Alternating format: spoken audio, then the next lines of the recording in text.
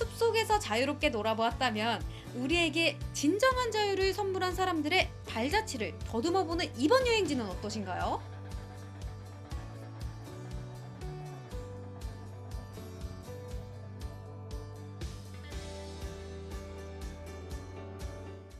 포천과 양주, 연천시와 인접한 동두천시는요, 군사보호구역으로 지정된 도시인데요.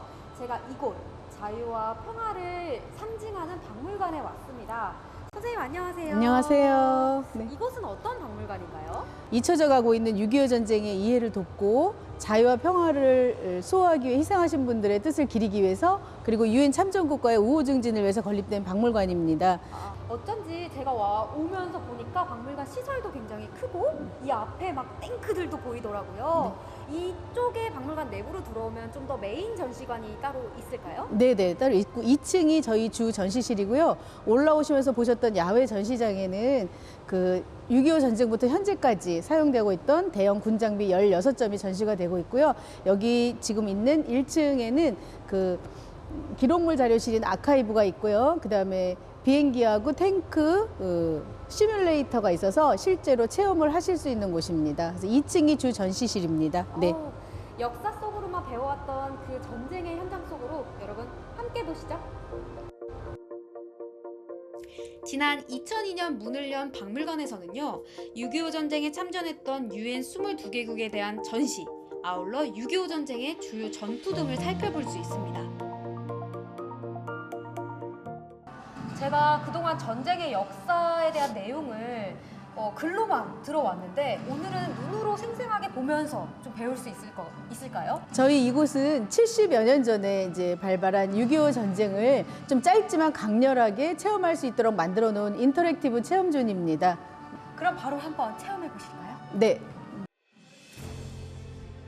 요즘 다크 투어를 찾는 분들도 많아졌는데요. 어두운 역사를 제대로 대면해야 다시는 동일한 아픔을 겪지 않을 수 있기 때문인데요. 동두천의 박물관은 그만큼 큰 의미가 있는 여행을 선사합니다. 6.25 전쟁을 무엇으로 싸웠나 이렇게 보실 수 있으십니다. 그래서 3인지 단연장 한 포도 보실 수 있으시고 40mm 2연장 한 포도 보실 수 있고요. 105mm 곡사포도 보실 수 있는 공간입니다. 그리고 이제 얼마 전에 지진이 발생한 터키 나라에 대해서도 보실 수 있습니다. 그래서 15,000명 정도 참전 인원을 보여주고 있고요. 그다음에 의료 지원국입니다. 노르웨이, 노르메시라고 하는 야전병원을 운영해서 저희를 이제 지원한 나라입니다. 그다음에 이쪽에는 1950년 6월 25일에 발발한 6.25 전쟁에 대해서, 그리고 53년 7월 27일까지 휴전이 될 때까지요. 그때까지의 것들을 이렇게 다양하게 체험하시면서 공감하실 수 있도록 만들어 놓은 공간입니다. 네.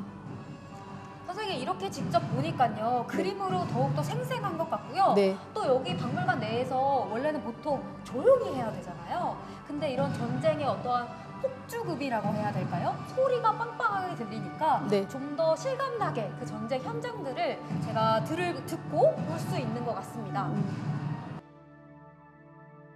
수많은 이들이 생명을 바친 6.25 전쟁에서 특정 전투 하나만 논하기란 정말 어려운 일이지만 크게 의미가 있는 전투들도 이곳에서 확인할 수 있습니다. 우리나라에 여러 전쟁들이 있었는데요. 그 중에서도 지평리 전투를 이곳에 전시해 놓은 계기가 있을까요? 지평리 전투는 그 미 이사단과 그 프랑스 대대가 이제 힘을 합해서 중공군의 그 공격을 방어한 방어 전투입니다. 근데 유엔군이 이제 중공군이 개입을 함으로써 계속 그 패전을 했었는데 최초로 중공군이 개입한 이후에 최초로 이제 승리를 한 그런 전투입니다. 그래서 여기서 자신감을 얻은 유엔군이 나중에 38도선을 회복하는데도 많은 도움이 됐던 그런 승리한 전투입니다. 네. 네, 이제 승리했다고 하니까요. 너무 다행인 것 같고요. 이 자유와 수호 계속해서 지켜나가는 우리나라가 되었으면 좋겠습니다.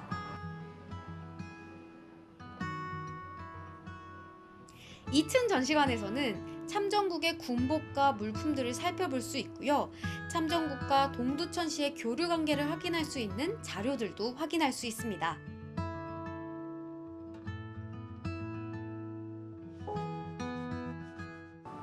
선생님, 저는 6.25 전쟁이라고만 알고 있었지 그 전쟁에 투입된 작전 하나하나는 알지 못했거든요. 근데 흥남 철수 작전은 어떠한 작전인가요? 국제시장 영화에서 보셨다시피 유엔군이 이제 추수감사절까지 전쟁을 종결짓겠다는 판단하에 이제 북진을 계속하고 있었는데요. 그 중공군이 개입을 함으로써 이제 수세에 많이 몰리게 되고 당시 그 육로로 퇴로가 막혀 이제 해상으로 탈출할 수밖에 없었던 그런 상황에서 흥남 철수 작전이 진행된 것입니다.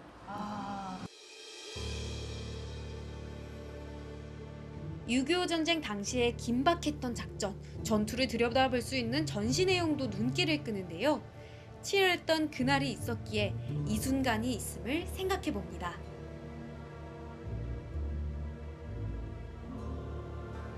최근에 우크라이나와 러시아 사태를 보면서 다른 나라로 이렇게 전쟁 중에 파병해주는 게 얼마나 중요한 건지 저도 새삼 깨달았는데요. 오늘은요, 이 박물관에서 우리나라의 6.25 때 많이 도와준 나라들을 역사별로 볼 수 있다고 하는데요. 맞나요, 선생님? 네, 맞습니다. 이곳은 그 22개의 유엔 참전국에 대해서 이제 잘 유물과 자료를 보실 수 있는 그런 곳이고, 이쪽에 보시는 곳이 다 전투 지원국 16개 나라가 전시되어 있고요. 제 뒤쪽으로는 5개 의료 지원국 나라가 전시가 되고 있습니다. 미국은 570만 명 정도의 이제 병력을 저희에게 지원을 했습니다. 그리고 육군, 해군, 공군 사단 병력으로 저희에게 이제 지원을 다 했고, 부대 마크라든지 훈장이라든지 그다음에 계급장 같은 것도 다 보실 수가 있으십니다. 덴마크 같은 나라는 유틀란디아호라는 병원선을 저희에게 지원을 했고요. 노르웨이는 그 상봉함동 근처에 야전병원을 설치해서 노르메시라고 합니다. 그래서 야전병원을 설치해서 그 부상병이라든지 나중에는 민간인까지도 이제 치료를 해주었고, 나중에 국립의료원을 설립하는 데 지원을 아끼지 않고 도움을 준 나라들입니다. 저는 우리나라에 파병해준 국가들로 하면 미국이나 영국, 터키 정도만 알고 있었는데 이렇게 덴마크 같은 유럽 국가들도 있다고 하니까요. 몰랐던 사실도 하나 알게 되네요. 정말 고마운 그런 국가들인 것 같습니다. 이번에는 아주 특별한 전시를 만날 수 있었는데요. 6.25 당시 피난민들이 소유했던 태극기입니다. 국가를 상징하는 국기는 그 나라의 전통과 염원, 그 이상을 담고 있다고 하죠. 피난길에도 소중히 간직했던 태극기에는 어떤 바람이 담겨 있었을까요? 듣기만 해도 마음이 웅장해지는 단어, 태극기가 나왔는데요. 선생님, 이곳은 어떤 곳인가요? 네, 이곳에 전시되고 있는 태극기는 개인이나 단체가 소장하고 있던 태극기를 이제 박물관에 기증함으로써 전시되고 있는 태극기입니다. 여기 보시면은 이제 경기도 등록문화재 1호인 태극기가 전시가 되고 있습니다. 이 태극기는 북한의 피난민이 6.25 전쟁 당시에 품속에 넣어서 이제 피난을 하던 중에 미 해군 조지 휘트먼 소위가 그분의 목숨을 구해주었다고 합니다. 그래서 그분이 품속에서 태극기를 꺼내서 그분에게 선물로 주었고, 그분이 미국으로 돌아간 후에 그 아들을 낳고 그 아들이 다시 우리나라에 육군 중령으로 근무를 하게 됩니다. 그래서 이분이 이제 아드님을 보러 오시면서 그 태극기를 가지고 오셔서 동두천 광암 동장님께 기증한 태극기입니다. 우리가 실제로 사용하고 있는 태극기 모습과는 많이 다른 모습이긴 한데, 예전에는 이런 태극기도 많이 쓰여졌다고 합니다. 확실히 이런 태극기들을 보니까요. 다시 한번 우리 참전 용사들께 감사하는 마음을 갖게 되네요.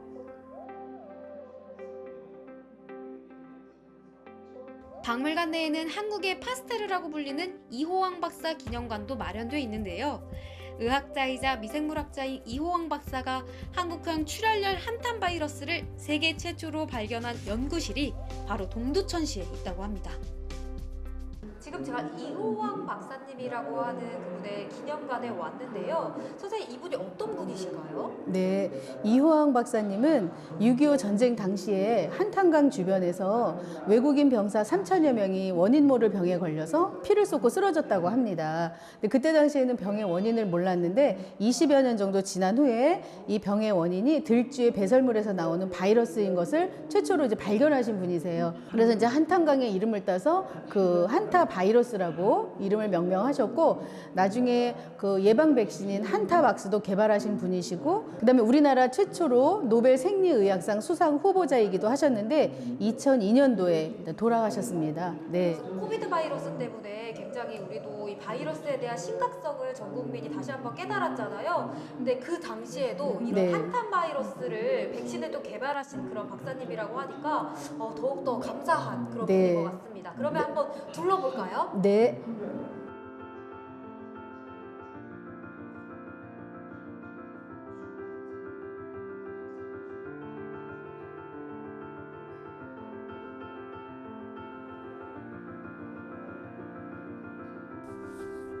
야외로 나오면 105ml 곡사포는 물론 장갑차, 수륙 양용차, 항공기를 포함한 15점의 대형 장비들을 볼 수 있는데요. 그 사이에 우뚝 선 기념비가 눈길을 끕니다.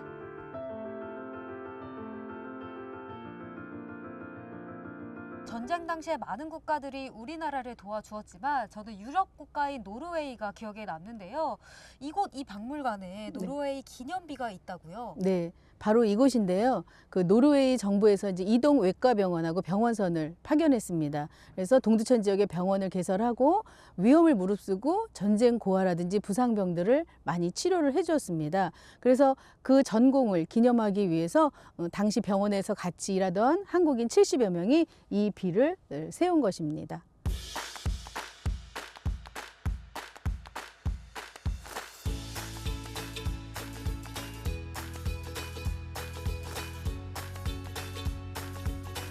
전차나 미사일 시뮬레이션 게임, 이거 그냥 지나칠 수 없겠죠?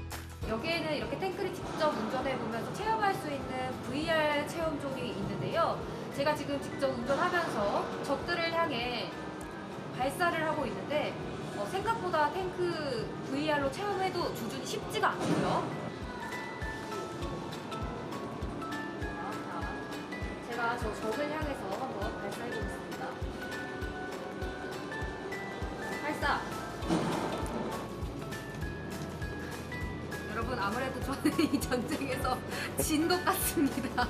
전쟁이 쉽지가 않네요.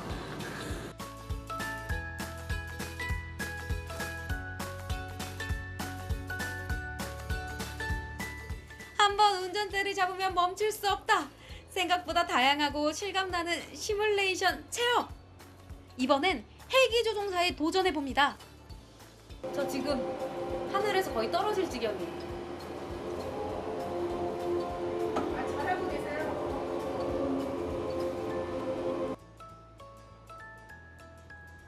진정한 평화의 근원을 생각해 볼 수 있는 동두천의 박물관.